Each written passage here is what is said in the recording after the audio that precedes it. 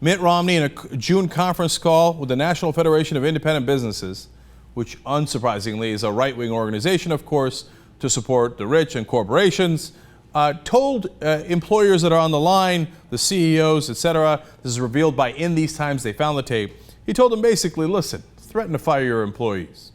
I guess that worked for him at Bain.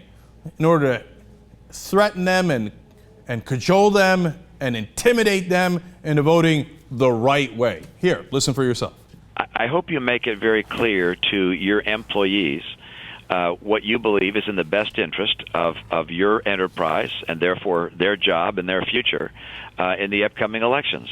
And whether you agree with me or you agree with President Obama or whatever your political view, I hope you pass those along to your employees. Nothing illegal about you talking to your employees about what you believe is best for the business, because I think that will figure into their election decision, their voting decision. That should figure into their election decision. If you don't vote the right way, you know, all of a sudden, maybe there's consequences for your jobs. And I don't know which way you're going to tell them to vote, whether it's for me or Obama. I mean, I know that you're a massively right-wing organization with CEOs who all want corporate tax cuts and tax cuts for yourself personally, but golly gee, I don't know which way you tell them to vote. I'm not suggesting you do anything illegal. Wink, wink, wink.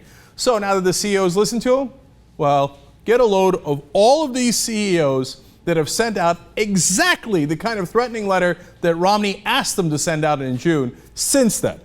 David Siegel, Westgate Resorts CEO, quote, "If any new taxes are levied on me or my company, as our current president plans, I will have no choice but to reduce the size of this company." He sends that out to his employees. In other words, I will fire you unless you get me a guy who's going to cut my taxes personally as well as for this corporation. He's not alone. Arthur Allen, ASG Software Solutions CEO, quote, "If we fail as a nation to make the right choice on November 6th and we lose our independence as a company, I don't want to hear any complaints regarding the fallout that will most likely come." In other words, I'm threatening you, your livelihood, your family, your income. I'm threatening to fire you and destroy your lives unless you give me more tax cuts.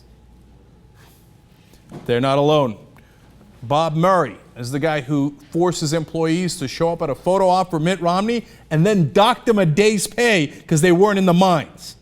That's this son of a bitch. Sends out an employee notice. "We have only a little over a month left to go in this election fight.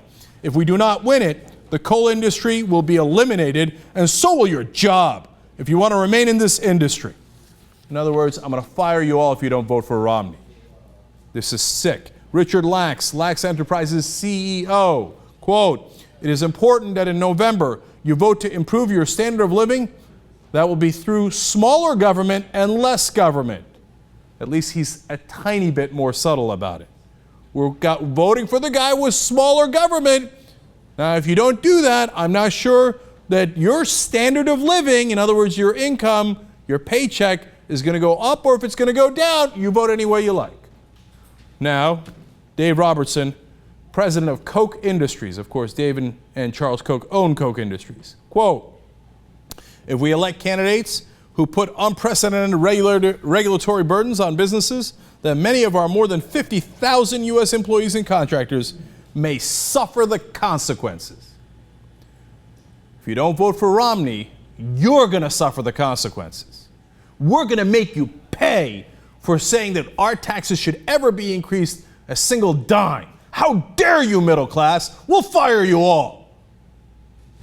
That's the CEOs. That's Mitt Romney. That's the Republican Party.